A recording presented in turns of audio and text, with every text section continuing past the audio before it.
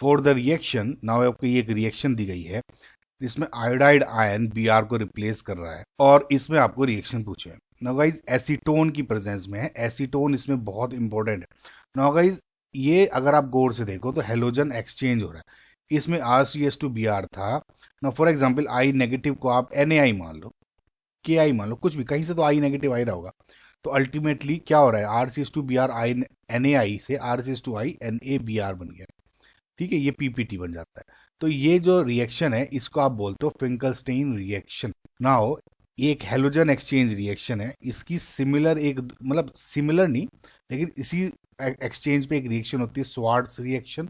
Swarts reaction में आप fluorine को एक्सचेंज करते हो, यानी RCH2F आपका मेजर प्रोडक्ट बनना चाहिए, उसमें स्वार्ट्स होता है। नाउ गाइस एक बात देखिए, जो आपकी फिंकलस्टीन रिएक्शन है इसकी ये जो सोलवेंट है, हम क्या सोलवेंट यूज कर रहे हैं ये बहुत जरूरी होता है, इंपॉर्टेंट होता है। जनरली फिंकलस्टीन रिएक्शन में आप पोलर एप्रोटिक सोलवेंट यूज करते हो, polar aprotic.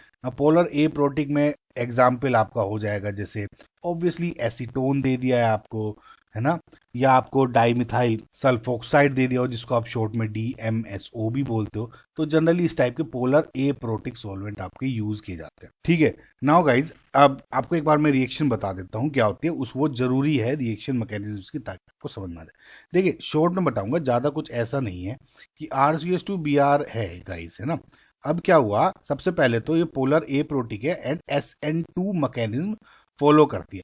Now we know कि अगर SN2 मैकेनिज्म फॉलो कर रही है तो जो ये आपका आयोडाइड आयन था ये फ्रॉम बिहाइंड अटैक करता है और ये निकल जाता है। तो फाइनली होता क्या है कि RCH2I बना और यहाँ पे आपका Br नेगेटिव। ना ये तो प्रोडक्ट हो गया, but we know for SN2 mechanism जो यहाँ से यहाँ पे आप आते हो तो इसमें एक इंटरमीडिएट बनता है जिसको आप ट्रांजिशन स्टेट बोलते हो। तो उस ट्रांजिशन स्टेट में जैसे CH2 है, करेक्ट, ये CH2 है, तो इसमें क्या होगा, I नेगेटिव जैसे जैसे जुड़ रहा होगा साथ ही साथ जो ये Br है ये टूट रहा होगा। तो ये क्या बोलते हैं, ट्रांजिशन स्टेट हो गई, समझ में आया। तो ये कोई चार्ज नहीं है। नाउ अगर आप इस पूरी थ्योरी को देख के ऑप्शंस को जाए, the transition state formed in the above reaction is less polar than the localized ion. की जो रिएक्शन मैकेनिज्म है ये न्यूक्लियोफिलिक सब्स्टिट्यूशन फॉलो कर रही है जहां पे आयोडाइड आयन रिप्लेस करता है, चाहे यहाँ पे Br होता है या Cl होता है, उसको रिप्लेस करता है। अब जो ट्रांजिशन स्टेट है ये यहाँ पे क्या पार्शियल बॉन्ड्स होते हैं और ये चार्ज नहीं है जनरली, समझ में आपको, ये चार्ज नहीं है ना, तो ऑब्वियसली आपको दिख ही रहा है कि less polar than the localized anion, ठीक है। So this statement is correct. Second अगर देखोगे, the reaction can occur in acetic acid also, this is a incorrect statement. Now why, because देखिए जो एसिटिक एसिड है is a polar protic, basically जो acetic acid है आपका polar protic solvent होता है। नाउ जैसे हमने पहले बताया कि रिएक्शन में आपकी पोलर एप्रोटिक रिएक्शन चाहिए,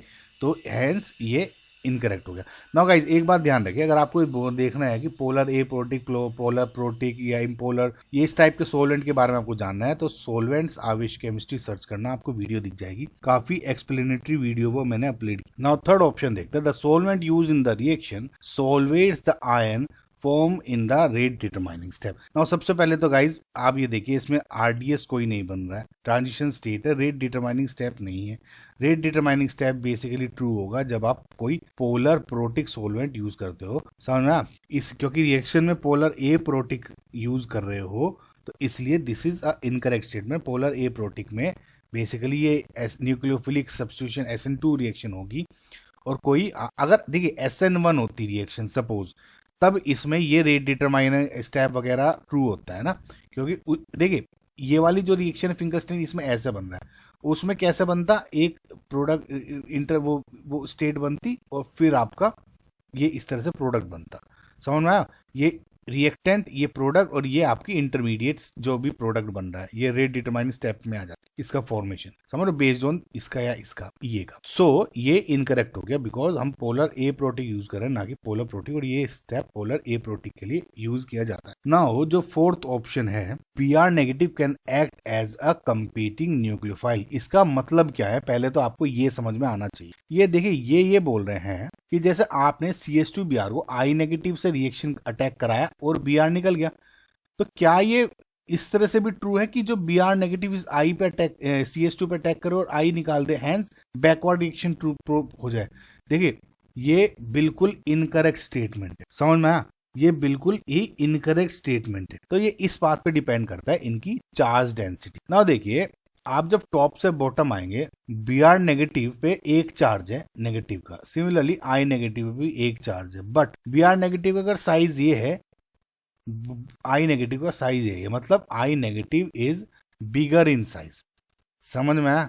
जो आई नेगेटिव है बड़ा साइज में, इसकी वजह से जो एक नेगेटिव चार्ज छोटी सरफेस पे, यानी इस पे जो चार्ज डेंसिटी है ना B R negative is higher, और आई नेगेटिव पे in comparison with B R negative जो चार्ज डेंसिटी है वो कम है, ऑब्वियसली सरफेस एरिया का ज्यादा है। अब क्या होता है now, because B R negative पे, या फॉर दैट मैटर कि अगर मैं यहाँ पे Cl नेगेटिव की बात भी करता उस केस में भी, फिंकलस्टीन रिएक्शन केस में भी, तो क्या होता है कि क्योंकि इसमें चार्ज डेंसिटी ज्यादा है तो उसमें क्या होता है, जो पोलर ए प्रोटिक हम सोलवेंट यूज कर रहे हैं, पोलर ए प्रोटिक सोलवेंट इस नेगेटिव, अब जब एक बार रिएक्शन हो गई तो पोलर ए प्रोटिक सोलवेंट इसको क्या करता है, रिपेल करता है, और ये वापस अटैक इस पे नहीं कर रहा, समझना? और साथ ही साथ क्या होता है कि ये NaBr बन जाता है और इसका प्रेसिपिटेट बन जाता है इसी वजह से, क्योंकि ये अटैक नहीं पकड़ पा रहा सोलवेंट की वजह से, और डायरेक्ट इसका आपका प्रेसिपिटेट बन गया, समझ में आया? गाइस थोड़ा सा आपको है ना